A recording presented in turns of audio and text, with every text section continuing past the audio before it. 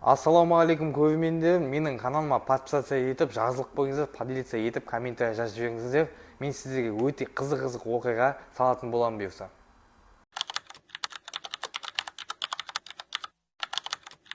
Бүгінгі біздің әңгімеміз қоғамда жиі талқыланатын, бірақ оның арғы жағындағы жан айқайын, көз жасын, шарасыздықты ешкім ашып айта бермейтін жабықты тақырып туралы. Бұл екінші әйелдің, яғни халық арасында тоқал деп аталған тағдыр иелерінің жасырын ащы шындығы. Сырт көзге бәрі ғажайып, ертегідей көрінуі мүмкін. Қымбат пәтер, соңғы үлгідегі су жаңа көлік, брендтік киімдер, шетелдегі демалыстар және мені шексіз сүйетін, қамқорлыққа бөлейтін бай азаматым бар деген иллюзия. Сырттан қараған адамға бұл жеңіл өмірдің, сәнді тұрмыстың, еш алаңсыз бақыттың көрінісі сияқты. Бірақ сол жылтыр перденің, әдемі суреттердің артында не жатқан білесіз бе? Жалғыздық, мәңгілік жасырын өмір, ұят пен өкініштің отына күйу. Өз үйіңде, өз ошағының жанында жүріп, өзіңді біреудің мүлкін ұрлап алған қылмыскер сияқты сезіну. Түнде жалғыз жатып, жастықты көз жасыммен сулау. Бүгін біз сіздерге әдемі уәделерге сеніп, өз жастығын, арын, еркіндігін және болашағын біреудің отбасының көлеңкесіне айырбастаған Әлия есімді бойжеткеннің ащы тағдырын баяндаймыз.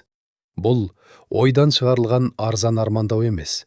Бұл мыңдаған әйелдің ашық айта алмай, ішке жұтқан, жүрегін тіліп өткен нақты шындығы.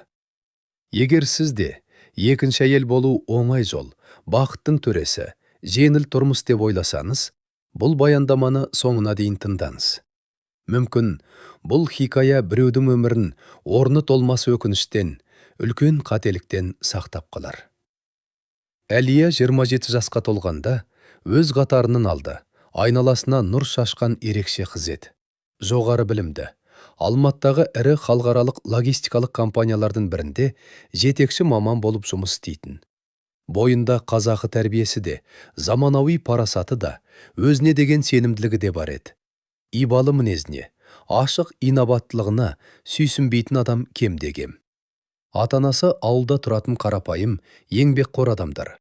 Олар да қыздарының қаладағы жетістігіне мақтанып, енді өз ошағын тауып, теңін тауып, бақытты отбасын құрса деп тиіп қашып армандап қоятын. Әлия да кез келген бойжеткен сияқты, шынайы, адал отбасылық өмірді армандады.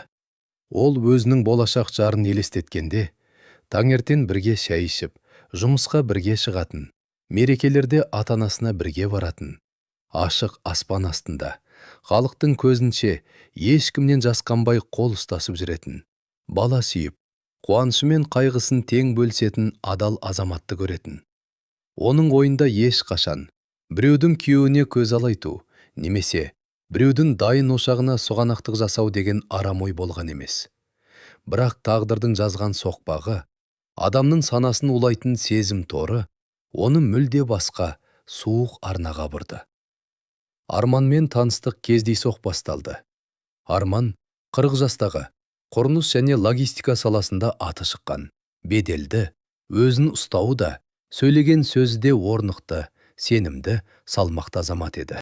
Ол Әлия жұмыс істейтін компаниямен миллиондаған қаржыны құрайтын үлкен келісім шарт жасасуға келген болатын. Кездесулер, іскерлік түскі астар, келіссөздер, жұмыс бабындағы хаттар. Бастапқыда бәрі ресми қызметтік шеңберде өрбіді. Бірақ Арманның Әлияға деген көзқарасы жай ғана серіктестік шеңберінен шығып кеткенін қыз көп ұзамай сезді. Арман оның әрбір басқан қадамын, күлкісін, сөйлеген сөзін, тіпті жұмыстағы сәл шаршаған бейнесін жіті бақылап жүретін. Көп ұзамай іскерлік гүл шоқтары жеке сыйлықтарға, қымбат әтірлерге, ерекше қамқорлыққа ауысты. Арман Әлияға өте нәзік, қамқор қарады. Қыздың басындағы кішкентай проблемалардың өзін, көлігінің бұзылғанынан бастап, жұмыстағы қиындықтарға дейін лезде шешіп беретін. Үлкен қалада жалғыз өзі тіршілік кешіп, бәрін өз иығымен көтеріп жүрген Әлия үшін мұндай мықты, салмақты ер азаматтың қамқорлығы таптырмас панадай, тіректей көрінді. Оның жүрегі бірте-бірте жіби бастады. Бірақ бұл хикаяның, бұл сезімнің артында үлкен тосқауыл бар еді. Арман үйленген болатын. Оның 15 жыл бірге тұрған заңды әйелі және мектепте оқитын 3 баласы бар еді. Әлия бұл шындықты білгенде бірден шегінуге тырысты. Оның ары, тәрбиесі, ішкі мәдениеті біреудің отбасына сұғанақтық жасауға жібермейтін. Арман аға, сіздің отбасыңыз бар, бақытты шаңырағыңыз, әйеліңіз, балаларымыз бар. Мен араға түсе алмаймын. Бұл дұрыс емес, бұл күнә. Бұл біреудің обалына қалу. Өткінемін, маған жоламаңыз. Деп ол бірнеше рет қарым-қатынасты, түпкілікті үзуге тырысты. Қоңырауларға жауап бермей, кездесулерден қашты. Бірақ Арман бұл сөздерден кейін шегінетін еркектерден емес еді. Керісінше, ол өз сұмдығын, өз нәпсісін сөз шеберлігімен орап жеткізуге көшті. Оның әрбір сөзі Әлияның мейірімін оятуға, оның жас, тәжірибесіз жүрегіндегі қайырымдылықты пайдалануға бағытталды. Ол Әлияның қарсылығын көрген сайын шабуылын күшейтті. Кешкісін оның үйінің алдында сағаттап гүл ұстап тұратын, оның әрбір сөзін тыңдайтын, көзіне жас алттырып, «Әлия, түсінші мені, мен сені жай ғана көңілдес қылғым келмейді. Менің отбасым бар екені жасырын емес. Бірақ біз заңды, әйеліммен баяғыдағы жат болып кеткенбіз. Екеуміздің арамызда махаббат та, түсіністік те, жылулық та қалмаған. Біз тек балалар үшін, туған туыстар мен қоғамның сөзі үшін бір шаңырақтың астында тұрып жатқан көршілер сияқтымыз. Ол менің жан дүниемді түсінбейді. Мені тек ақша табудың құралы сияқты көргісі келеді. Ал сен менің қараңғы, суық өміріме жарық сәуле болып келдім. Мен сені кездестіргенде ғана қайтадан тыныс алғандай, өмір сүріп жатқанымды сезгендей болдым. Мен сені Алланың алдында адал жарым еткім келеді. Шариғатта бұған рұқсат бар. Мен екі отбасыма да бірдей қараймын. Адал боламын, әділ боламын. Сен жасырын көңілдес емессің. Сен менің жүрегімнің патшашасысың деп ант су ішті. Осы сөздер қаншама әйелдің түбіне жеткен, қаншама тағдырды талқандаған. Еркектердің өз сатқындығын ақтап алусын ойлап тапқан стандартты арам сөздері.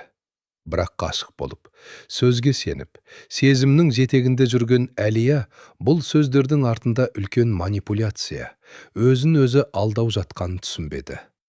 Алланың алдында адал жар, шариғатта рұқсат бар. Екі отбасыға бірдей әділ боламын.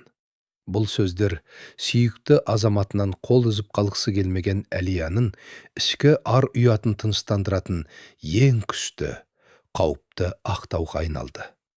Ол өзін өзі алдай бастады. Мен біреудің отбасын бұзып жатқан жоқпын ғой. Мен оның бірінші әйелінен ажырасуын талап етпеймін. Мен тек өзіме тиесілі бақытты тапқым келеді. Ол мені сүйеді, мен оны сүйемін. Ол маған әділ боламын деп уәде берді. Қалғанының маңызы жоқ.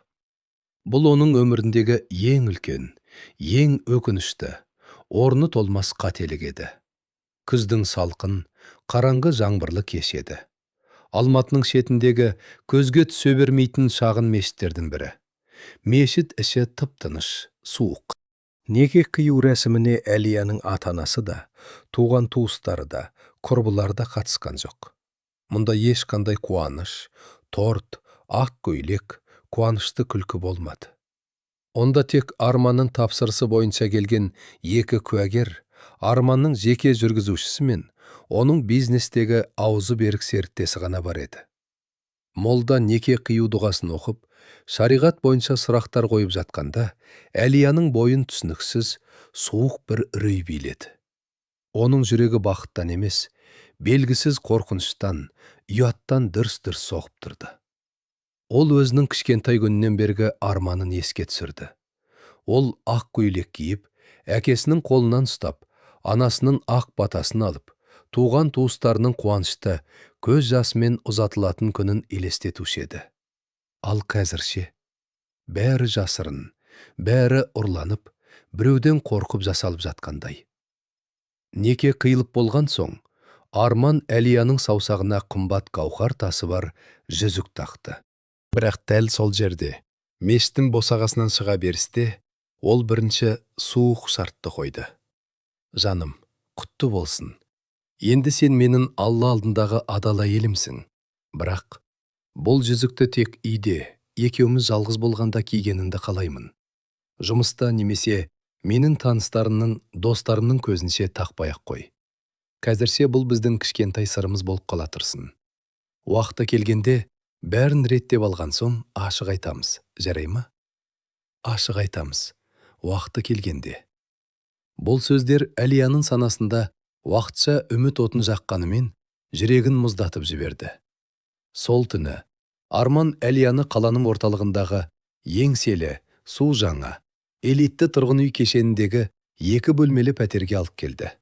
Бұл пәтерді Арман Әлия үшін арнайы жалдап, кейін атына сатып алып берем деп уәде беріп дайындаған еді. Пәтердің іші айнадай жарқырап тұр. Қымбат жиһаз, соңғы үлгідегі тұрмыстық техника, жаңа жиһаздың суық иісі. Бірақ бұл үйдің ішінде өмір, отбасылық жылулық жоқ еді. Ол мұражай сияқты суық, қабырғалары жат еді. Осылайша Әлияның екінші әйел ретіндегі жаңа, жасырын өмірі басталды. Алтын тордың ауыр есігі оның артынан тарс жабылды. Алғашқы 1-2 ай балдай өтті. Арман жиі келіп жүрді. Сыйлықтар, гүлдер, қымбат ресторандардан тасымалданған кешкі астар, романтикалық минуттар. Әлия өзін әлемдегі ең бақытты, ерекше әйел сезінді. Бірақ уақыт өткен сайын, екінші әйел болудың жазылмаған суық заңдары мен қатал ережелері бірте-бірте бой көрсете бастады. Арман бір күні асықпай шай ішіп отырып, Әлияға бұл жаңа өмірдің тұрақты ережелерін түсіндірді. Мұны ол біздің тыныштығымыз бен қауіпсіздігіміз үшін деп атады. Заңды, әйелі мен балалары, ағайын туыстары бұл туралы мүлде білмеу керек. Сондықтан әлеуметтік желілерге, Instagram, TikTok, Facebook, Арманмен түскен бірде-бір сурет немесе видео салынбайды. Тіпті оның сағаты, көлігінің рулі, киімінің шеті, немесе көлеңкесі де желіге түспеуі тиіс. Кешкі сағат 19:00-ден кейін Арманға қоңырау шалуға, хабарлама жазуға немесе дыбыстық хабарлама жіберуге қатаң тыйым салынады. Ол уақытта Арман нағыз отбасында, балалармен бірінші әйелінің жанында болады. Демалыс күндері, сенбі-жексенбі және барлық ресми мерекелер, жаңа жыл, құрбан айт, Наурыз, 8 наурыз, туған күндер, Арман заңды отбасымен бірге өткізеді. Әлия бұл күндері жалғыз болу керек, және мұны түсіністікпен қабылдау тиіс.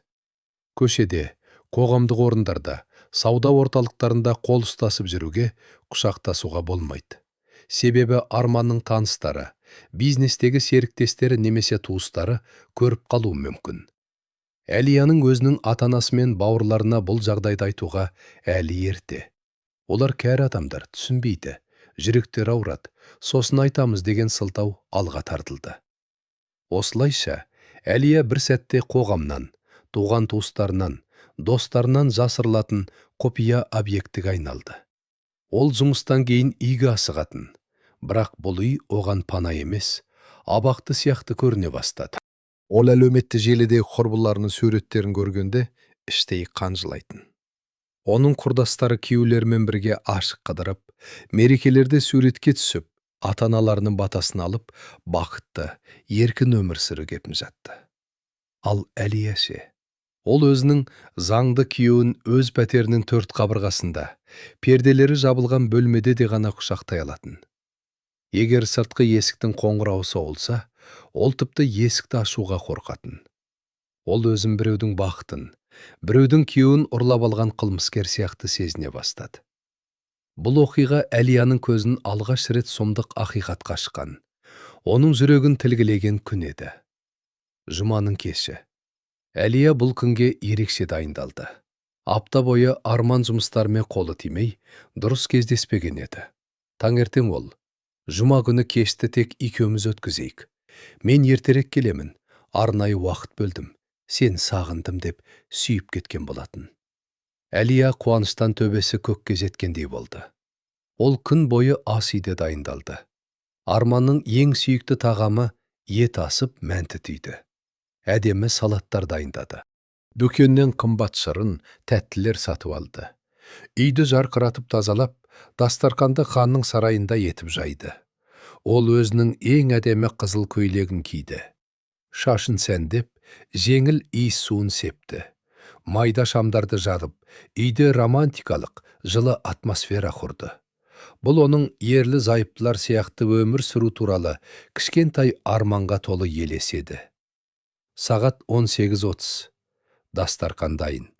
Еттің буы бұрқырап тұр. Әлия айнаға қарап, өзінің бейнесіне сүйсінді.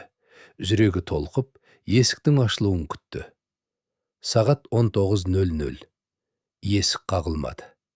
Әлия, мүмкін қалада кептеліс болып жатқан шығар, деп өзін жұбатты. Сағат 19:30. Тағамның буы басыла бастады.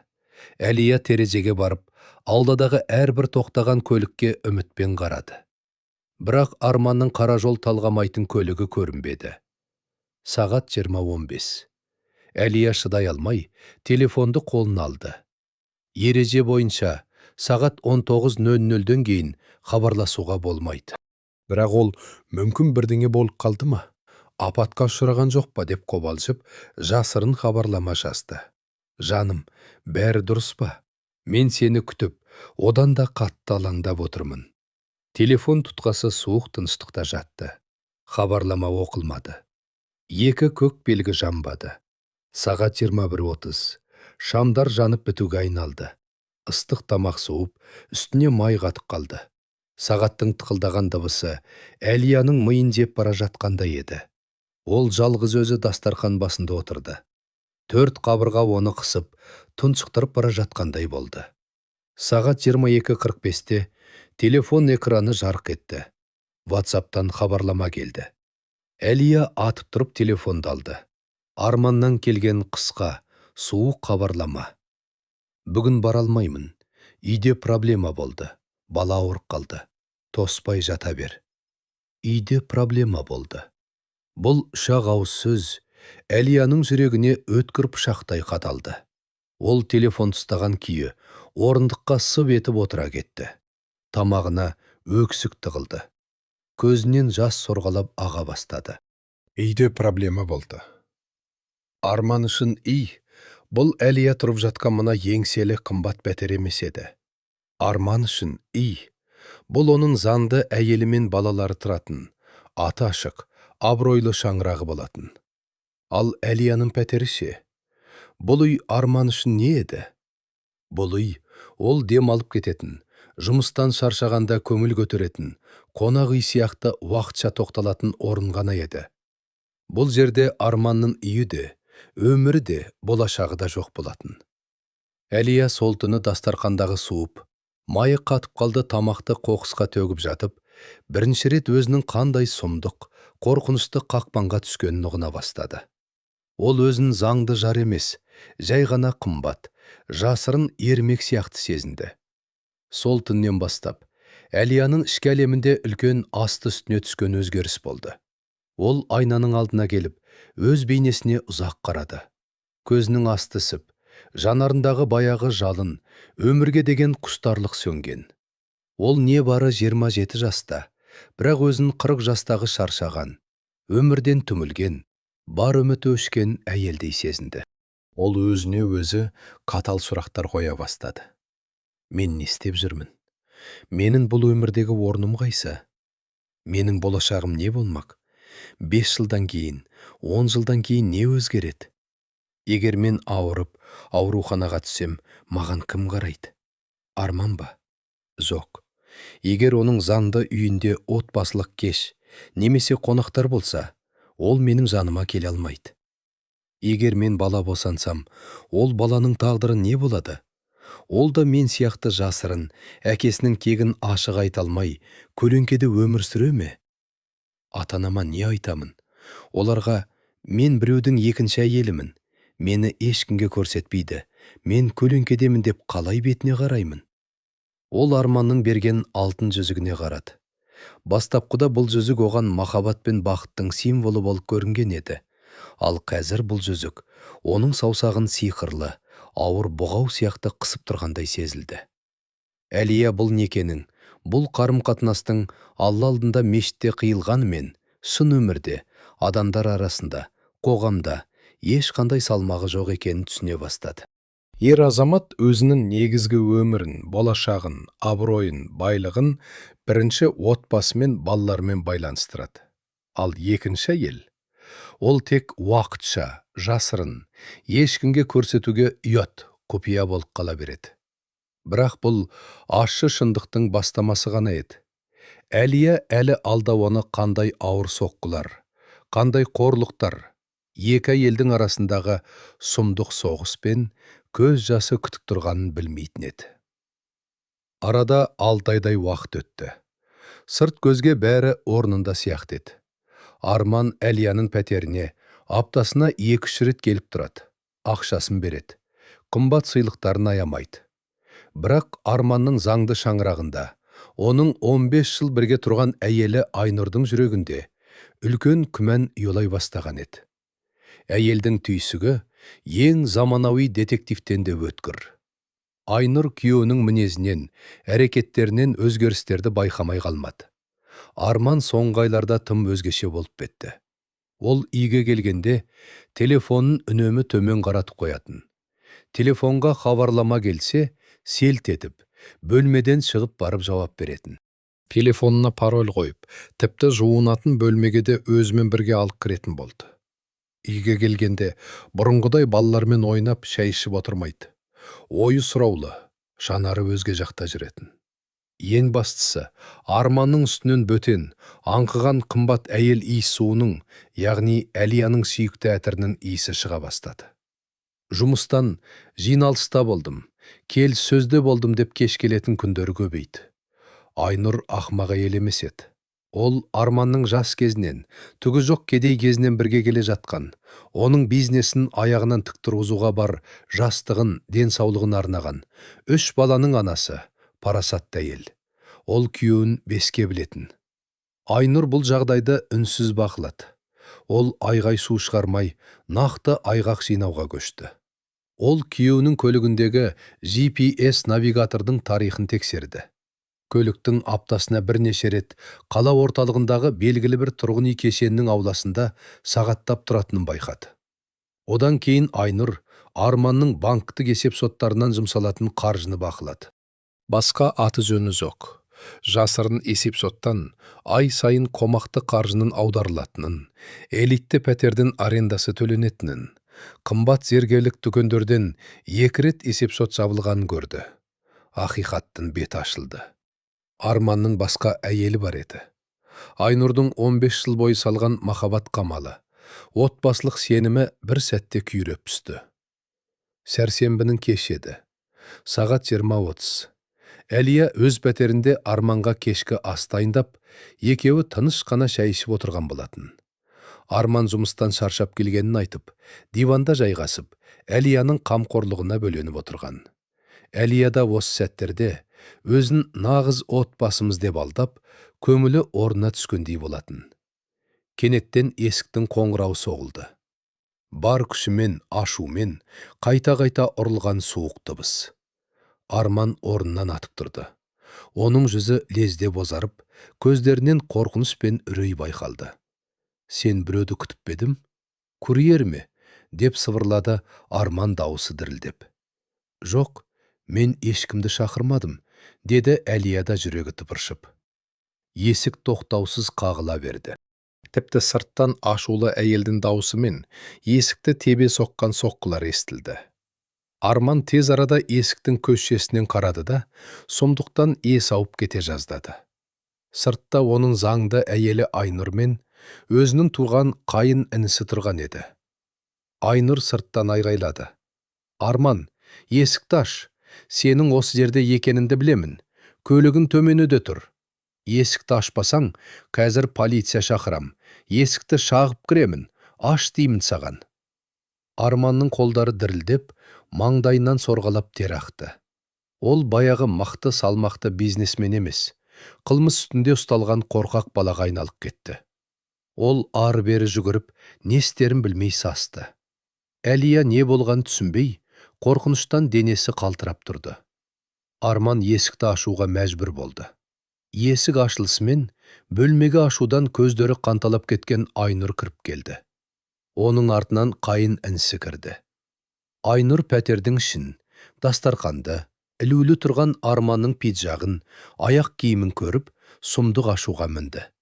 Оның жанары бұрышта, қорқыныштан қалтырап тұрған Әлияға түсті. Айнұрдың көз жасы, ашуы, 15 жылдық еңбегінің сатылғаны үшін ызасы бір сәтте сыртқа атылып шықты. Ол Әлияға қарай ұмтылды. Сен бе менің отбасымды бұзып жүрген сорлы? Сен бе біреудің дайын күйеуіне, біреудің балаларының несібесіне ауыз салған арам? Жас екенсің, сұлу екенсің, ұятың қайда? Ар ұятың қайда сенің? Неге біреудің ошағын түрткілейсің? Айнұр Әлияға тап беріп, оны жағадан алды. Шашынан жұлқып бетінен осып жіберді. Әлия не қорғанасып, не жауап қайтара алмай, тек бетін басып, өксіп жылап жатты. Ол өз өмірінде мұндай қорлықты, мұндай масқараны ешқашан бастан кешіріп көрмеген еді. Бұл жанжалдағы ең сұмдық, ең жиіркенішті сәт Арманның өзін ұстау еді. Әлия іштей, Арман мені қорғайды. Ол менің Алла алдындағы әйелім. Оған тиіспеңдер деп араша түседі. Менің арымды қорғайды деп үміттенген еді. Алайда шындық Әлияның жүрегін тас-талқан етті. Арман заңды әйелінің, пайын інісінің алдындағы беделінен, отбасынан, бизнесінен, абыройынан айырылып қалудан сондай қатты қорықты. Ол өзін ақтап алу үшін Әлияны көзсіз сатып жіберді. Арман Айнұрдың алдына тұра қалып, оның қолдарынан ұстап жалына бастады. Айнұр, тоқташы, өтінемін, тыңдашы мені. Бұл сен ойлағандай емес, мені кешірші.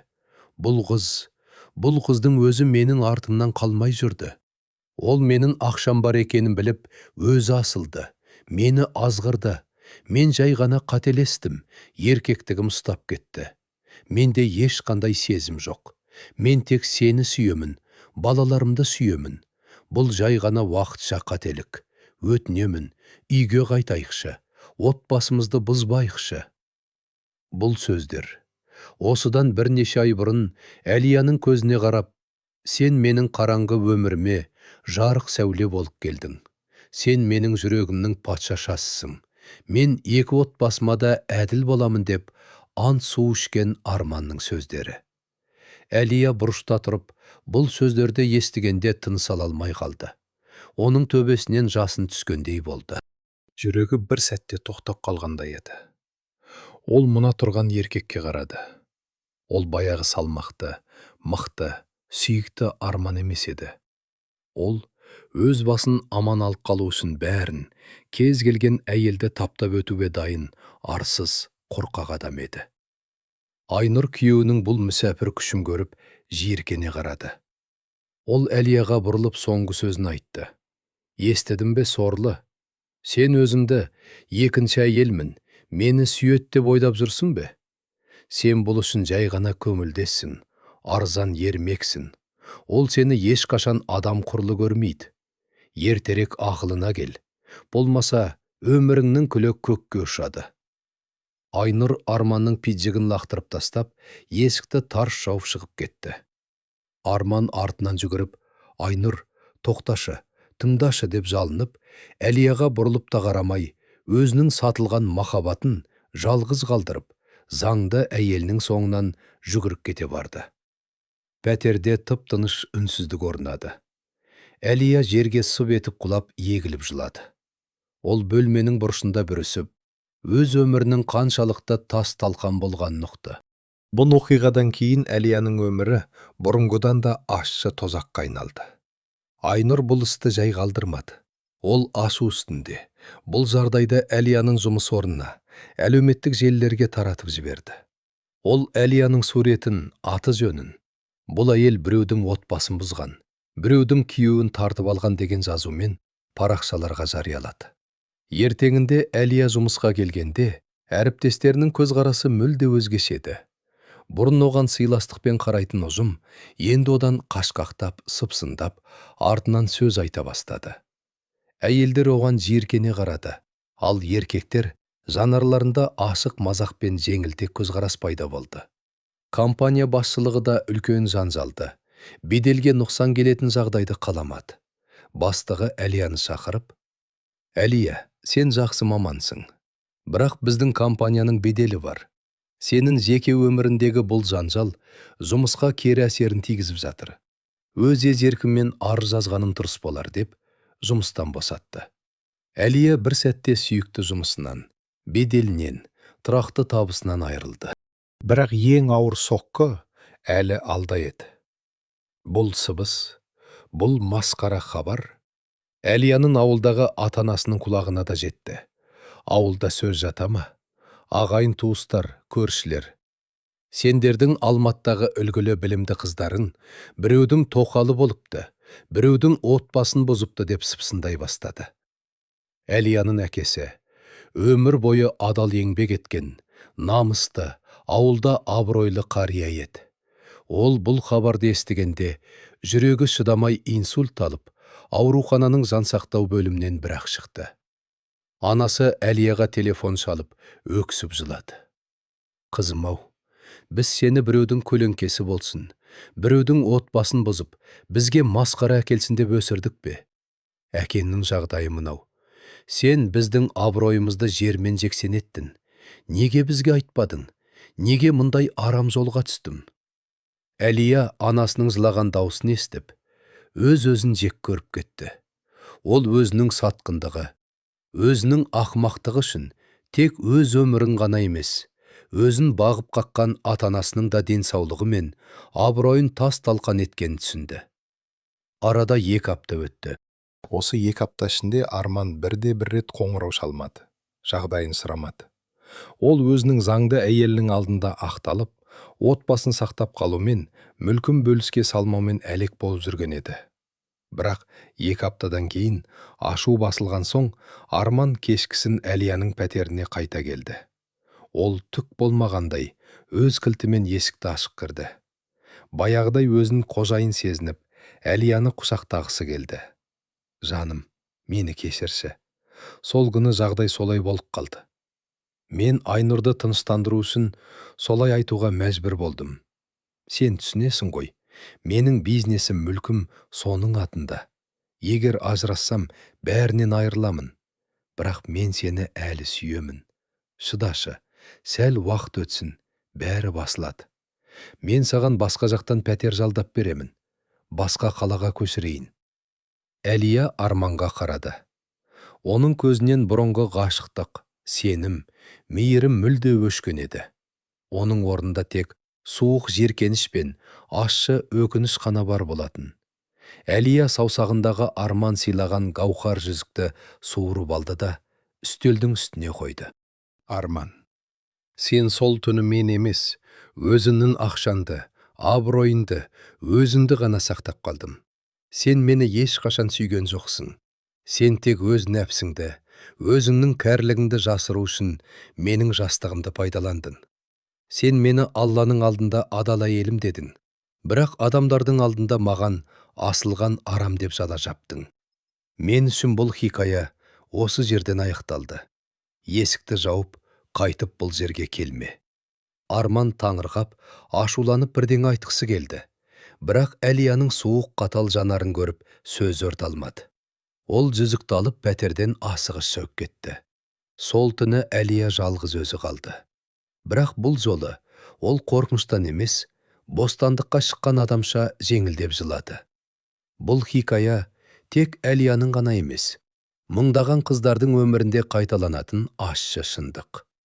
Екінші әйел болу, бұл ешқашан тең құқылы өмір емес.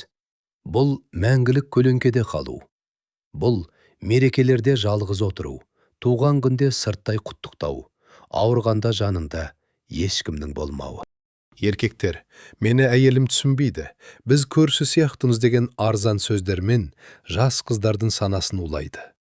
Бірақ басына күн туғанда, олар өздерінің заңды отбасын, балаларын, жиған мүлкін таңдайды. Ал екінші әйел, ол әрқашан кінәлі, біреудің ошағын бұзған сұғанақ болып қала береді. Әлия бұл сабақты өте ауыр бағамен алды. Ол жұмысынан, абыройынан, әкесінің денсаулығынан, ең бастысы, өзінің алтынға бергісіз жастық шағынан айырылды. Арман кеткеннен кейінгі алғашқы түндер Әлия үшін өмір мен өлімнің арасындағы ұзақ сұмдық түнге айналды. Ол көз іле алмады. Төсекте жатып, өз өмірінің соңғы 1-2 жылын кино таспасындай көз алдынан қайта өткізді. Мен қай жерде қателестім? Менің бойымдағы қай қасиет мені біреудің көлеңкесі болуға итермеледі? Мен неге өзімді соншалықты төмендеттім деген сұрақтар миын жегідей жеді. Ол өзінің жастығын, дербестігін, еркіндігін біреудің сөзіне, өтірік аяушылығына айырбастағанын ұқты. Арман оған бақыт сыйламаған еді. Ол тек Әлияның жастық қуатын, сұлулығын, өз өміріндегі бостықты толтыру үшін сорып алған болатын. Таң атқанда Әлия шешім қабылдады. Ол бұл пәтерде, бұл қалада енді бір күнде қала алмайтын еді. Алматының шулы көшелері, зәулім ғимараттары оны қылқындырып бара жатқандай сезінетін. Ол өз заттарын кішкентай 2 чемоданға жинады. Арман сыйлаған қымбат киімдерді, әшекейлерді, брендтік сөмкелерді, тіпті сол гауһар жүзікті де шкафтың үстіне қалдырды. Ол өзімен бірге тек Арманмен танысқанға дейінгі өзінің қарапайым киімдерін, кітаптарын, жеке құжаттарын ғана алды. Ол бұл алтын тордан кірсіз, таза күйінде, өткенін артқа тастап кеткісі келді. Пәтердің кілтін үстел үстіне қалдырып, есікті тарс жауып кеткенде, Әлияның иығынан ауыр жүк түскендей болды. Ол таксиге отырып, автовокзалға қарай бет алды. Оның барар жері, туып өскен ауылы, ата-анасының қарапайым қара шаңырақ еді. Ауылға жетер жол Әлия үшін өте ұзақ әрі ауыр болды. Көліктің терезесінен созылып жатқан кең далаға қарап отырып, ол өз ішіндегі өкініш пен ұяттың азабын тартты. Ол туған ауылына бұрынғыдай қаладағы табысты абыройлы маман қыз болып емес, есімі қараланып, абыройы төгілген, елдің сөзіне қалған сорлы әйел болып бара жатқан еді. Ауылға жеткенде күн батып бара жатқан болатын. Ауылдың көшелерімен жүріп өтудің өзі Әлияға үлкен сынаққа айналды. Көршілердің, таныстардың жанарынан аяныш пен мазақты, сыпсыңдаған сөздерді сезгендей болды. Үйге кіргенде оны анасы қарсы алды. 2-3 аптаның ішінде анасы біршама жүдеп, көздерінің асты қарайып, шашына ақ кіріп кеткен екен. 2 әйел бір-біріне қарап, үнсіз тұрып қалды. Содан соң анасы шыдай алмай құшағын ашты. Әлия анасының омырауына басын қойып, өксігін баса алмай егіліп жылап жіберді. Анашым, мені кешіріңізші мені. Мен ақымақ болдым. Мен сіздердің үміттеріңізді ақтай алмадым. Анасы да көз жасын сүртіп, қызының шашынан сипады. Шаршадым ба қызым, сорлы балам-ау. Неге бұлай істедің? Бірақ не болса да, сен менің перзентімсің. Келдің ғой, амансың ба, соған да шүкір. Енді жылама, бәрі артта қалсын. Ананың құшағы дүниедегі ең қауіпсіз, ең жылы пана еді. Бірақ бұл кешірім де Әлияның жүрегіндегі ең үлкен жараны, әкесінің алдындағы күнәсін жаза алмайтын. Сол күннің ертеңінде Әлия анасымен бірге аудандық ауруханаға, әкесі жатқан жансақтау бөлімінен кейінгі палатаға барды. Палатаның есігін ашу Әлия үшін ең ауыр сәт болды. Ол есікті баяу ашып кіргенде, кереуетте жатқан әкесін көріп, жүрегі тілініп кетті. 30 жыл бойы еңбек еткен, ауылдағы ең еңселі, мықты, сөзі де, өзі де салмақты әкесі енді дәрменсіз, денесінің бір жағы үйіп, сөйлеуі қиындаған күйде жатыр еді. Әлия әкесінің кереуетінің жанына тізе бүгіп отыра кетті. Ол әкесінің еңбекпен тозған, қалтыраған қолын алып, өз бетіне басты. Әкетай, мені кешірші. Менің ақымақтығым үшін, менің қателігім үшін сіз осылай жатырсыз. Мен өзімді ешқашан кешірмеймін, әке. Егер қолымнан келсе, сіздің дертіңізді өзіме алайыншы. Мені қарғаңыз, бірақ тезірек сауығып кешіңізші, деп Әлия өксіп жылады. Әкесі оған ұзақ қарады. Оның жанарында ашу да, аяныш та, терең қайғы да бар еді. Сөйлей алмай жатқан қария үнсіз көзінен жас ыршытып, содан соң саусақтарын әрең қозғалтып, қызының басын сипады. Бұл сөзсіз кешірім еді. Әкесі қызының қателігін кешірген болатын.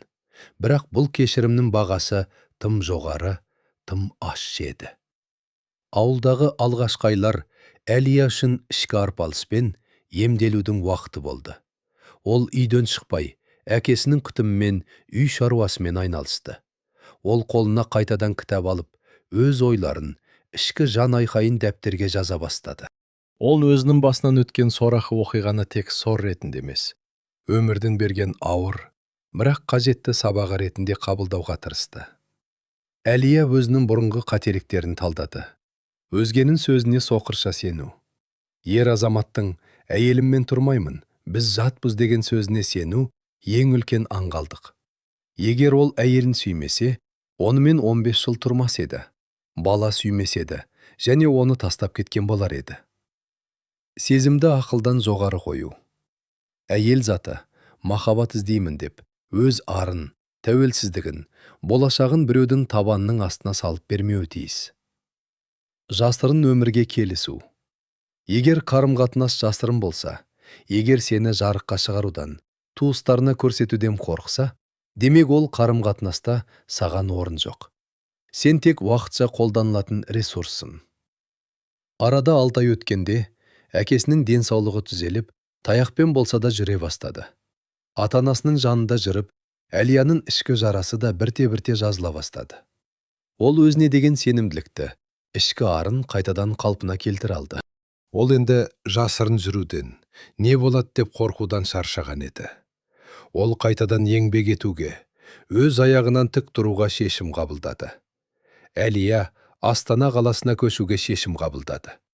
Бұл жолы ол қалаға бұрынғыдай балғын, сөзге сенгіш қыз болып емес, өмірдің ащы-шышысын көрген, шыңдалған, ішкі өзгеріске түскен мықты әйел болып келді. Ол кішкентай пәтер жалдап, өз мамандығы бойынша қайтадан жұмыс іздеді. Өткендегі қателіктері, жағымсыз жаңалықтар оның артынан қалмағанмен, Әлия бұл жолы ешкімнен тығылған жоқ. Түйіндемесін жіберіп, ірі компаниялардың біріне сұхбатқа барды. Сұхбат барысында ол өзінің кәсіби біліктілігін, тәжірибесін көрсетті. Тіпті жеке өміріндегі қиындықтарды жеңіп, іштей толысқанын байқатты. Басшылық оның біліміне, еңбек қорлығына тәнті болып, жұмысқа қабылдады. Әлия түнделеп жұмыс істеді. Ол өзінің барлық энергиясын, барлық уақытын білім алуға, кәсіби тұрғыда өсуге, ата-анасына көмектесуге арнады. 1 жылдың ішінде ол бөлім меңгерушісі лауазымына дейін көтерілді. Ол енді ешкімнен ақша сұрамайтын, ешкімнің сыйлығына мұқтаж емес. Өз бетінше пәтер сатып алуға ақша жинай алатын, тәуелсіз, абыройлы әйелге айналды. Ең бастысы, ол өзін бағалауды үйренді. Ол өзінің ар-ұятын, уақытын, жастығын ешқашан, ешқандай байлыққа, немесе тәтті уәделерге айырбастамайтынын берік ұстанды. Арада 2 жыл өткенде, Әлия Астанадағы ірі халықаралық форумдардың бірінде спикер ретінде сөз сөйлеп тұрған болатын. Ол сахнада сенімді, сұлу, абыройлы, өз ісінің шебері ретінде жарқырап тұрды. Форум аяқталған соң, ол кофе ішіп отырғанда жанына бір адам жақындады. Бұл Арман еді. Бірақ ол баяғыда еңселі, мен бай азаматқа ұқсамайтын.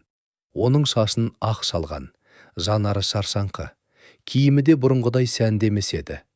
Занды әйелімен болған жанжалдар, бизнестегі сәтсіздіктер мен ішкі өкініш оны едәуір жүдеткен екен. Арман Әлияға ұзақ қарап тұрды. Оның көзінде таңданыс пен өкініш қатар ұялаған еді. Әлия, бұл сенсің бе? Сен қатты өзгеріпсің. Сен тіпті бұрынғыдан да сұлу, мықты болып кепсің. Мен сені іздедім. Мен сол түні жасаған қателігім үшін Әлі күнге дейін өкінемін. Айнұрмен де өмірім оңалмады. Бәрібір бөлек тұрамыз. Мен сені ұмыта алмадым. Маған қайтадан мүмкіндік берші, деді Арман үні дірілдеп. Әлия Арманға қарады. Бірақ оның жүрегінде не ашу, не өшпенділік, не бұрынғы сезімнің жұрнағы да жоқ еді. Оның жүрегі толықтай арылған, тыныш еді. Ол сабырлы, суық күлкімен жауап берді. Арман аға, сіз өкінетін нәрсе мені жоғалтқаныңыз емес. Сіз өкінетін нәрсе өз бойыңыздағы қорқақтық пен сатқындық. Мен сізді кешіргенмін. Себебі сіз маған өмірдегі ең үлкен сабақты үйреттіңіз. Ешқашан біреудің көлеңкесінде бақыт іздемеу керек екенін түсіндірдіңіз. Мен енді ешкімнің екінші әйелі де, ешкімнің жасырын сыры да емеспін. Мен өз өмірімнің қожайынымын. Аман болыңыз. Әлия кофесін ішіп, асықпай орнынан тұрды да, артына бұрылмастан өзінің жарқын болашағына қарай қадам басты. Арман болса, оның артынан қараған күйі, өзінің орны толмас қателігінің өкінішін құшақтап, жалғыз қалды. Бұл хикая ойдан шығарылған еркек емес. Бұл мыңдаған қыздардың өзінің жастығын екінші әйел болу деген сәнді сөздің артына жасырып, өмірлерін тас талқан еткен тағдырлардың ащы шындығы. Осы хикая арқылы біз барша бойжеткендерге, бойында ар ұяты бар қыздарға айтқымыз келеді. Біреудің ошағының күлінен өз ошағыңды жаға алмайсың. Біреудің көз жасының, біреудің балаларының обал сауабының үстіне салынған бақыт ешқашан баянды болмайды. Ол мені сүйеді, бірінші әйелін сүймейді деген сөзге сенбеңіз. Басына күн туғанда, ол еркек өзінің абыройын, байлығын, заңды отбасын таңдайды. Ал сіз кінәлі, сұғанақ болып далада қаласыз. Өзіңізді біреудің жасырын құпиясы болуға көндірмеңіз. Сіз бір отбасының аяулы қызысыз. Сіз ақ көйлек киіп, ата-анаңыздың ақ батасын алып, халықтың көзінше ашық, абыройлы жар болуға лайықтысыз. Алтын тордың аты бәрібір тор. Өз тәуелсіздігіңізді, өзіңіздің арыңызды ешқандай қымбат пәтерге, көлікке, немесе зергерлік бұйымдарға айырбастамаңыз. Арман Әлиямен түпкілікті қоштасқан соң, өзінің заңды отбасын, яғни Айнұрды қайтарып алуға бар күшін салды. Мен ол қызбен байланыс түздім. Бәрі артта қалды. Енді тек сіздер үшін өмір сүрем деп ақталғысы келді. Бірақ опасыздық пен сатқындық түскен шаңырақты қайтадан бұрынғыдай ету мүмкін емес еді. Айнұр 15 жыл бойы арға сүйек келген азаматының сатқындығын кешіре алмады.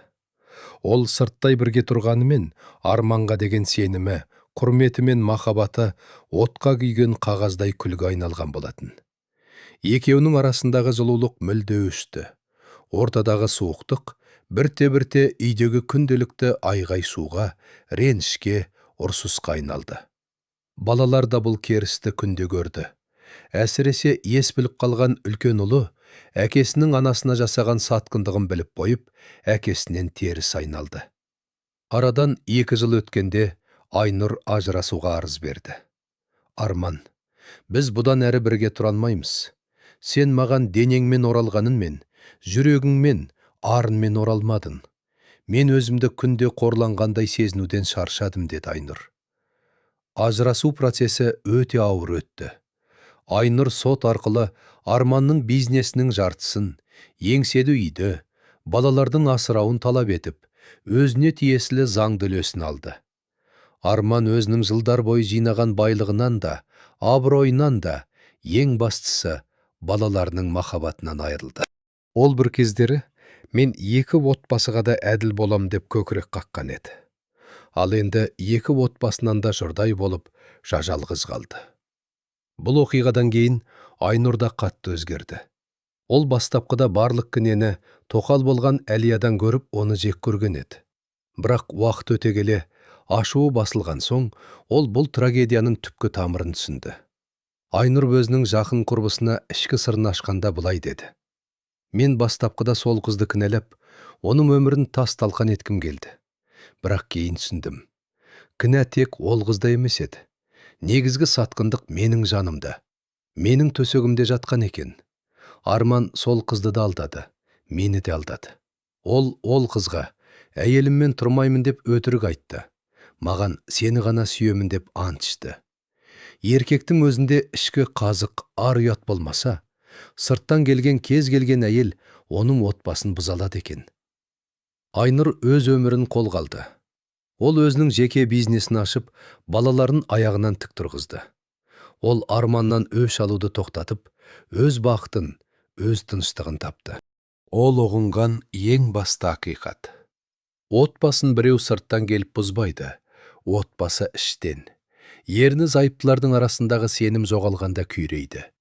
Ал бұл уақытта Астанада өзінің жаңа өмірін сүріп жатқан Әлияның алдынан өмірдің жаңа парағы ашылды. Әлия жұмыста өзін көрсетіп, беделді маманға айналды. Бірақ оның жүрегі бұрынғы жараның кесірінен ер азаматтарға тас жабық еді.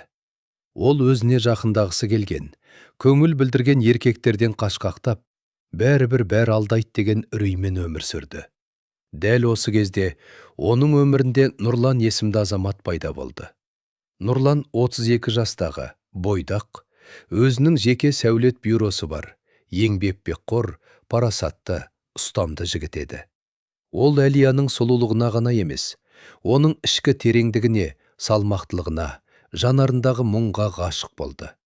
Нұрлан Әлияның артынан ұзақ уақыт бойы сыпайы, адал ниетпен қарап жүрді. Ол ешқашан асықпады, шектен шықпады. Бірақ Әлия жүрегін ашуға қорықты. Ол бір күні Нұрланмен оңаша қалғанда, өзінің өткенін, басынан өткен ащы шындықты ашық айтуға шешім қабылдады. Ол өзінің екінші әйел болған ащы парағын жасырғысы келмеді. Нұрлан, мені сүймей тұрып, менің өткенімді білуің керек. Мен біреудің өтірігіне сеніп, екінші әйел болғанмын. Мен соның кесірінен қорлық көрдім. Ата-анамның алдында жүзім қара болды. Менде қазір ешкімге сенім жоқ. Егер сен бұл өткенімді естіп, менен теріс айналсаң, мен түсінем, деді Әлия көзіне жас алып. Нұрлан Әлияның сөзін соңына дейін тыңдады. Оның жанарынан жек көрушілік емес, терең аяныш пен түсіністік байқалды. Нұрлан Әлияның қолын өзінің қос алақанына алды. Әлия, егер адам қателіктерін түсініп, одан сабақ алып, өзін қайтадан тазартса, ол еткен қателігінен де биік тұрады. Сен ол кезде аңғал болдым, алдандың. Бірақ сен содан кейін өз абыройынды, өзімді қайтарып алдың. Мен сенің өткенің емес, сенің бүгінгі тазалығыңа, сенің адалдығыңа ғашықпын. Мен сені біреудің көлеңкесі қылмаймын. Мен сені елдің алдында, Алланың алдында заңды, жалғыз жарым еткім келеді. Бұл сөздер Әлияның сең болып тоңған жүрегін жібіткен алғашқы жылы нұр еді. Арада бір жыл өткенде, Әлияның өмірінде ол кішкентай күнінен бері армандаған ұлы оқиға орын алды. Ауылдағы қашара шаңырақта үлкен ұзату той өтті. Бұл жолы ешқандай жасырын мешіт, ешқандай суық ережелер, ешқандай біреуден қорқып жұтаңдау болған жоқ. Үйдің іші қуанышқа толы. Ауылдың ақсақалдары, туған туыстар, көршілер жиналған. Әлия үстіне аппақ, ұлттық нақыштағы әдемі ұзату көйлегін киді. Басына сәукеле тақты. Оның жанарында бұрынғы мұңның орнына нұр мен бақыт ұшқыны пайда болған еді. Әкесі таяққа сүйеніп болса да, аяғынан тік тұрып, қызының маңдайынан сүйді. Айналайын қызым, сен бұл бақытқа, бұл құрметке лайықтысың. Өткен күннің бәрі ұмытылды. Енді тек алға қара, жолдарын ашық болсын, деді әкесі толқып тұрып. Нұрлан Әлияның қолынан ұстап, ата-анасының ақ батасын алып, оны өзінің шаңырағына алып кетті. Әлия өзінің заңды күйеуінің жанында жүріп, ашық аспан астында, халықтың көзінше, ешкімнен жасқанбай, қол ұстасып жүрудің қандай зор бақыт екенін сезді. Ол енді ешкімнің жасырын сыр емес, ошақтың адал, занды иесі еді. Бұл хикая өмірдің қаншалықты әділ таразы екенін дәлелдейтін нақты мысал. Арман өз нәпсісін тыя алмай, шариғатты өз пайдасына қолданбақшы болып, екі әйелді де алдаған еркек ретінде өмірінің соңында жалғыз қалды. Ол өзінің жиған мал мүлкімен де, ақшасымен де шынайы бақытты, жылы ошақты сатып ала алмады. Айнұр сатқындыққа мойымай, өз абыройын сақтап, балаларын аяғынан тік тұрғызған мықты ана ретінде өз бақытын тапты. Ал Әлия адасудан, ауыр қателіктен өтсе де, өзінің қателігін мойындап, арылу жолын таңдағаны үшін өмір оған екінші мүмкіндік берді. Ол өз тәуелсіздігін арын қайтарып алған соң ғана шынайы бақытқа қол жеткізді. Арадан 10 жыл өтті. Арман ендігі жерде. Бұрынғыдай арыны басылмайтын, бизнес әлемін дүбірлеткен бай азамат емес еді. Жылдар өте келе денсаулығы сыр беріп, жүрегіне бірнеше рет операция жасатты. Бизнесінің де бұрынғыдай қарқыны бәсеңдеген. Ол қазір үлкен, бірақ іші суық зәулім үйде жалғыз тұрады. Оның бірінші әйелі Айнұрдан туған балалары бой жетіп, шетелде білім алды, өз өмірлерін құрды. Олар әкесіне материалдық жағынан ештеңеге мұқтаждық көрсетпейді. Бірақ оған деген балалық мейірім де, жылулық та жоқ. Олар әкесін сирек іздейді. Арманның өміріндегі ең үлкен азабы ішкі жалғыздық. Ол кешкісін бос бөлмелерді аралап жүріп, бұрынғы қателіктерін ойлайды. Менде бәрі бар сияқты еді. Ақша, абырой, отбасы, жастық қуат. Бірақ мен нәпсіме еріп, бәрін өз қолыммен бүлдірдім. Айнұрдың адалдығын бағаламадым. Әлияның жастығын қор қылдым. Енді менің қасасымда бір кесе шай беретін, жүрегімен сүйетін бірде-бір адам қалмады деген өкініш, оның тұрақты серігіне айналды. Бұл жазаның ең ауыр еді. Тірідей жалғыздықты сезіну. Ал бұл кезде Әлия Нұрланмен бірге үлгілі берекелі отбасының анасына айналды. Олардың шаңырағында 2 бала өсіп келеді. Әлия өзінің өткендегі ащы сабағын ешқашан ұмытқан еді. Ол өзінің қызын тәрбиелегенде ең алдымен оған ішкі еркіндікті, білімді және өз арын бағалауды үйретті. Ол қызына жиі былай дейтін: айналайын қызым, ешқашан біреудің сөзіне, сыртқы жылтырағына алданба. Сенің ең үлкен байлығың сенің арын, сенің білімің және сенің тәуелсіздігін. Ешқашан біреудің көлеңкесі болуға, біреудің бақытын ұрлауға келісім берме. Өз орныңды білетін, өз бағаңды түсінетін мықты әйел бол. Әлия енді біреуге тәуелді қорғансыз қыз емес еді. Ол өз ісінің маманы, сүйікті жар, ардақты ана ретінде толыққанды бақытын тапты. Оның бақыты біреудің көз жасына құрылмаған, адал еңбекпен, төзіммен және арылумен келген шынайы бақыт еді. Айнұр да өз өмірін қайта құралды. Ол күйеуінен ажырасқаннан кейін мойымады. Өзінің ішкі беріктігінің арқасында балаларына әрі ана, әрі әке болды. Ол қоғамдық істермен айналысып, қиын жағдайға тап болған әйелдерге көмектесетін орталық ашты. Ол өзінің басынан өткен тағдырын мысалға келтіре отырып, отбасылық құндылықтарды сақтауға, әйелдердің өз құқығын білуіне ықпал етті. Оның балалары үлкен азамат болып өсті. Балаларының тойында, немерелерінің қуанышында Айнұр 4 құбыласы түгел абыройлы ана ретінде төрде отырды. Ол өмірден алған басты сабағын былай түйіндеді: сатқындыққа ұшырау өмірдің соңы емес, ол қайта өрлеудің басы. Егер сен өз арынды, өз қадірінді сақтасаң, тағдыр саған міндетті түрде абырой береді. Зәулім үйдің іші суық еді, тыныштық.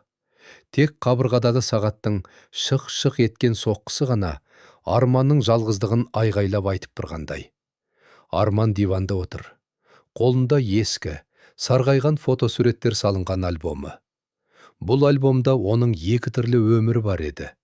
Бірінші жартысында заңда елі Айнұр, жас кездері, кішкентай балаларының күлкісі, отбасылық мерекелер. Ал екінші жартысында Астанадағы жасырын пәтерде Әлиямен түскен суреттері. Ол суреттерге қарап отырып, өз өмірінің сорақылығын енді ұқты. Мен не істедім, деді ол, іштей даусы дірілдеп. Мен екі әйелдің де өмірін бұздым. Айнұрдың маған деген таза сенімін, адалдығын таптап жүрегін тілгіледім.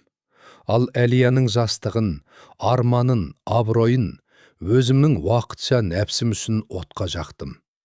Мен екеуіне де бақыт берем деп өтірік айттым.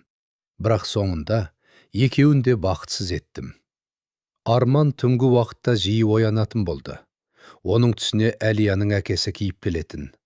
Аурухана төсегінде сөйлей алмай, жанарынан ыза мен намыс ыршып жатқан қарияның бейнесі Арманды түнде ұйықтатпайтын.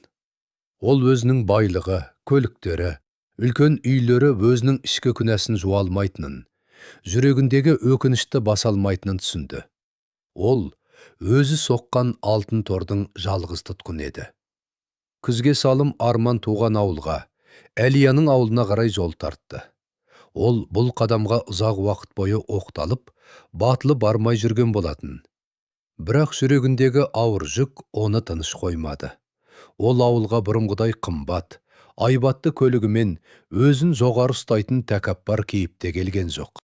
Ол қарапайым киінген, иығы шөгіп, шашы ағарған, жанары сөнген қариядай еді. Ол ең алдымен ауылдағы ескі мешітке барды. Мешіттің іші тыныш, салқын. Ол бұрышқа барып, тізе бүгіп, ұзақ уақыт бойы сәждеге жығылды.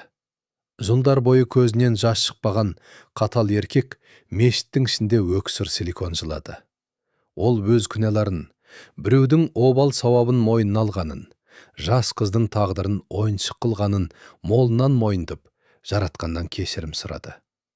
Содан соң ол ауыл сыртындағы зиратқа қарай ақырын аяндады. Зираттың іші тыныш. Күзгі жел ғана қурайды тербейді. Арман Әлияның әкесінің зиратын іздеп тапты. Топырағы басылған, басына тас қойылған зираттың жанына тізе бүкті.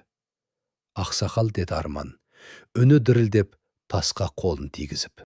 Мені кешіріңізші. Мен сіздің аяулы қызыңызды қорладым. Сіздің шаңырағыңыздың абыройын таптадым. Сіздің жүрегіңіздің тоқтауына, ауруға ұшырауыңызға мен кінәлімін. Мені қарғаған боларсыз. Сол қарғыс, сол көз жасы маған тиді. Мен қазір жалғызбын, ештеңем қалмады. Өтінемін, рухыңызбен мені кешіріңізші. Ол зираттың жанында сағаттап отырды. Топырақты құшақтап жылады. Бұл оның өміріндегі ең кеш, бірақ ең шынайы өкініш сәт еді. Бірақ бұл кешірім өткенді қайтара алмайтын болатын. Ал бұл кезде Айнұр өзінің жаңа өмірінде мүлде басқа сатыға көтерілген еді. Ажырасқаннан кейінгі алғашқы жылдар оған өте ауыр тиген болатын. Көршілердің сөзі, туыстардың аянышты көзқарасы, жалғыз қалу қорқынышы оны бөктеріп тастаған еді. Бірақ Айнұр сынбады. Ол өзінің ішкі ренішін, өшпенділігін жіберуді үйренді. Ол күнделікті өзімен жұмыс істеді. Психологияны оқыды. Өзі сияқты тағдырдың соққысын көрген әйелдерге қолдау білдірді. Айнұрдың қазіргі өмірі тыныштық пен берекенің мекені. Оның Астананың орталығынан ашқан кішкентай, бірақ өте шипалы, жылы орталығы бар. Онда тағдырдың тауқыметін тартқан, отбасылық зорлық-зомбылық көрген, сатқындыққа ұшыраған әйелдер келіп кеңес алады. Бірде орталыққа жас қыз келді. Ол да біреудің екінші әйелі болуға келісіп, соңында алданып далада қалған екен. Қыз егіліп жылап, өз өмірін аяқтағысы келетінін айтты. Айнұр ол қызды құшақтады. Оның көзінен өзінің де, Әлияның да бұрынғы бейнесін көріп, жүрегі сыздап кетті. Тоқта қызым, деді Айнұр, сабырлы жұмсақ үнмен. Сен бұл оқиғамен өмірімді аяқтамауың керек. Сен қателестің, е. Сен біреудің отбасына кіруге тырыстың, алдандың. Бірақ бұл сенің өміріңнің соңы емес. Сен бұл азапты, бұл өкінішті өзіңнің жаңадан өрлеуіңге отын қыл. Өз қателігіңді мойында да арыл. Адам арылғанда ғана қайтадан жарыққа шығады. Айнұр енді ешкімге кек сақтамайтын. Ол Арманды да, Әлияны да жүрегінен босатып жіберген еді. Себебі реніш пен өшпенділік адамның өзін іштен жейтін ең қауіпті у екенін ол жақсы ұғынған. Әлияның да өмірі өз арнасымен дамып жатты. Ол Нұрланмен бірге салиқалы отбасын құрып, бақыттың шынайы дәмін сезді. Бірақ оның жүрегінің түкпірінде бұрынғы екінші әйел болған Әлияға деген аяныш пен өкініштің кішкентайдағы бар еді. Ол өзін кейде сол жас кездегі аңғалдығы үшін іштей кінәлап, содан арыла алмай жүретін. Бір күннің кешінде Әлия өз бөлмесінде жалғыз отырып, өзінің ескі күнделігін парақтады. Ол күнделікте оның арманмен танысқан кездегі қуанышы, жасырын кездесулердегі үрейі, соттағы қорлығы, ауылға оралғандағы азабы бәрі тасқа басқандай жазылған еді. Ол әрбір бетті оқыған сайын көзіне жас алды. Бірақ бұл жолы бұл жас ашудың емес, емделудің, босаудың жас еді. Әлия күнделікті жауып, терезеден сырттағы жауып жатқан жаңбырға қарады. Мен сол кездегі 22 жастағы Әлияны кешірем, деді ол сыбырлап. Ол аңғал еді. Ол махаббат іздеді. Ол сөзге сенгіш еді. Ол қателесті. Өте ауыр қателесті. Бірақ ол сол қателігі үшін бәрін төледі. Ол өзінің абыройын, денсаулығын, жастығын берді. Мен оны енді жазаламаймын. Мен оны жіберемін. Ол күнделікті шамның жалынына ұстап, жағып жіберді. Қағаздың жанып күлге айналғанын қарап отырып, Әлия өзінің өткенімен түпкілікті қоштасты. Ол енді екінші әйел болған қыз емес еді. Ол өз өмірін өзі құрған, отбасының тірегі, балаларының аяулы анасы, Нұрланның адал жары еді. Бұл драмалық хикаяның соңғы қатпарлары бізге мынадай өте терең салмақты шындықтарды ұсынады. Бірінші, тәкөппарлық пен нәпсінің шегі. Еркек өзінің материалдық байлығына, билігіне сеніп, шариғатты, заңды немесе адамгершілікті өз нәпсісінің ойыншығына айналдыра алмайды. Біреудің абыройын аяққа таптап, екінші әйелді жасырын ресурс ретінде ұстау өмірлік трагедияға келеді. Тағдыр мұндай еркекті соңында бәрінен айырып, жалғыздыққа соқтырады. Екінші, жас қыздардың ағалдығы. Ол әйелмен тұрмайды, маған ғана бақыт береді, мен оны құтқарам деген иллюзия жүздеген қазақ қыздарының тағдырын тас-талқан еткен ең қауіпті аңыз. Дайын отбасының ішінен бақыт іздеу, басқаның ошағынан шоғырлап, өзімнің үйіңді өртегенмен бірдей.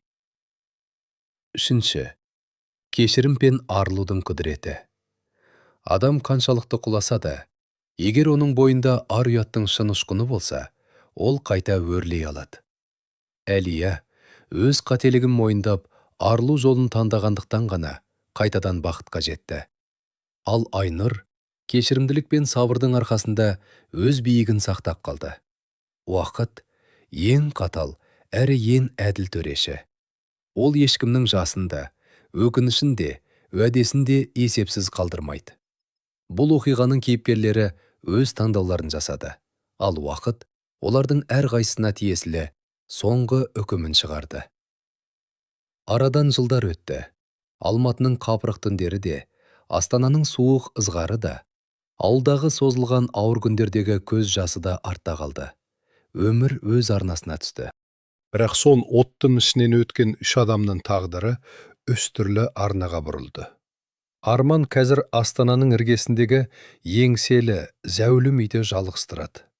Оның бұрынғыдай арны басылмайтын, бизнес әлемін дүбірлеткен айбатынан ештеңе қалмаған. Басқан әрбір қадамынан, сөйлеген сөзінен іштегі өкініштің салмағы сезіледі. Денсаулығы сыр беріп, жүрегіне бірнеше рет операция жасатты. Бірақ оған жүректің емделуі емес, оның ішіндегі тозақтың сөнбеуі азап беретін. Кешке қарай ол бос бөлмелерді аралап, сарғайған альбомдағы суреттерге ұзақ қарайды. Ол альбомда оның екі түрлі өмірі бар еді. Бірінде заңда елі Айнұр мен кішкентай балаларының шынайы күлкісі. Екіншісінде Астанадағы жасырын пәтерде Әлиямен түскен суреттері. Арман сол суреттерге қарап отырып, өз өмірінің сорақылығын енді ұқты. Ол екі әйелге де бақыт сыйлаймын деп өтірік айтты. Бірақ соңында екеуінің де жүрегін тіліп, екеуін де бақытсыз етті. Оның Айнұрдан туған балалары өсіп, шетелде білім алды, өз өмірлерін құрды. Олар әкесіне материалды жағынан ештеңеден мұқтаждық көрсетпейді. Бірақ оған деген балалық мейірім де жылулық та жоқ. Олар әкесін сирек іздейді.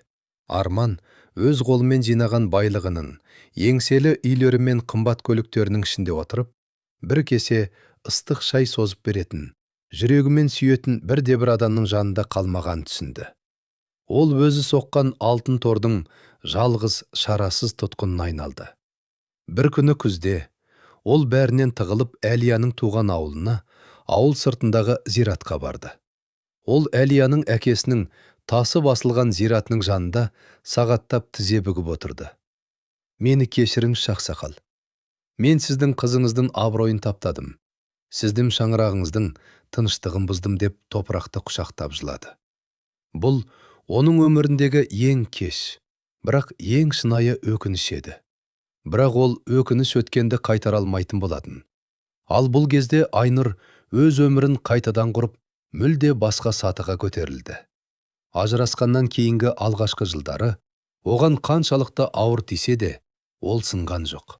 Ол өзінің ішкі ренішін, өшпенділігін жіберуді үйренді. Реніш пен кек адамның өзін іштен жейтін ең қауіпті уй екенін ұқты. Айнұр өз өмірін қолға алып, жеке бизнесін ашты. Сонымен қатар, тағдырдың тауқыметін тартқан, сатқындыққа ұшыраған, отбасылық қиындық көрген әйелдерге психологиялық көмек көрсететін орталық ашты. Ол өзінің басынан өткен ащы сабақты, өзгелердің өмірін сақтап қалуға жұмсады. Оның балалары азамат болып өсті. Балаларының тойында, немерелерінің қуанышында Айнұр 4 құбыласы түгел, абыройлы ана ретінде төрде отырды. Ол ұғынған ең басты ақиқат. Отбасын сырттан келген біреу бұзбайды. Отбасы іштен, ерлі зайыптының арасындағы адалдық пен сенім жоғалғанда күйрейді. Ол өзінің арын, қадірін сақтаған үшін тағдырдың берген сыйын, ішкі тыныштық пен абыройды қабыл алды. Әлияның да өмірі өз арнасын тапты. Ол Астанада өз еңбегімен, білімімен беделді маманға айналды.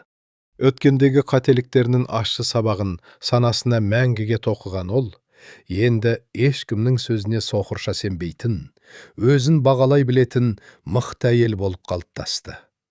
Оның өмірінде Нұрлан есімді азамат пайда болғанда, Әлия өз жүрегін бірден аша алмады. Бірақ Нұрлан оның өткеніндегі ащы шындықты, екінші әйел болып алданған сәттерін естісе де, одан теріс айналмады. Керісінше, сен ол кезде аңғал болдың, алдандың. Бірақ сен содан кейін өз абыройынды, өзімді қайтарып алдың. Мен сені біреудің көлеңкесі қылмаймын. Халықтың, Алланың алдында ашық, занды жарым еткім келеді деді. Әлияның туған ауылында ата-анасының ақ батасымен үлкен ұзату тойы өтті. Әкесі таяққа сүйеніп тұрып, қызының маңдайынан сүйді. Әлия үстіне ақ көйлегін киіп, басына сәукеле тағып, халықтың көзінше ешкімнен тығылмай, басын тік ұстап жаңа өміріне қадам басты. Ол енді ешкімнің жасырын құпиясы, немесе екінші әйел емес, ошақтың заңды, абыройлы иесі болды. Әлия қазір салихалы отбасының анасы. Ол өзінің күнделігін өртеген күннен бастап, өзінің бұрынғы аңғал, қателескіш бейнесімен түпкілікті қоштасқан. Ол өзінің қызын тәрбиелегенде, айналайын қызым, ешқашан біреудің дайын ошағынан бақыт іздеме. Біреудің көз жасының үстіне салынған сарай бәрібір бір күні күйрейді. Өз арынды, өзінің тәуелсіздігінді сақта деп құлағына құйып өсірді. Бұл хикая өмірдің қаншалықты әділ тараз екенін айғақтайтын ащы да шынайы сабақ. Нәпсісін тыя алмай, екі әйелдің де тағдырын ойыншық қылған еркек соңында жалғыздық пен өкінішті құшақтап қалды. Ал сатқындыққа ұшыраса да, арын сақтаған ана өз абыройын асқақтатты. Қателіктерін мойындап, арылу жолын таңдаған бой жеткен, қайтадан өз бақытын тапты. Тәтті уәдеге сеніп, біреудің көлеңкесі болуға келіскен кез келген әйел мынаны ұғуы тиіс. Алтын тордың аты бәрібір тор. Шын бақыт тек ашық, адал, ешкімнен жасырмайтын, ата-ананың ақ батасы берілген жолда ғана болады. Өз бағаңызды біліңіздер, арыңызды сақтаңыздар.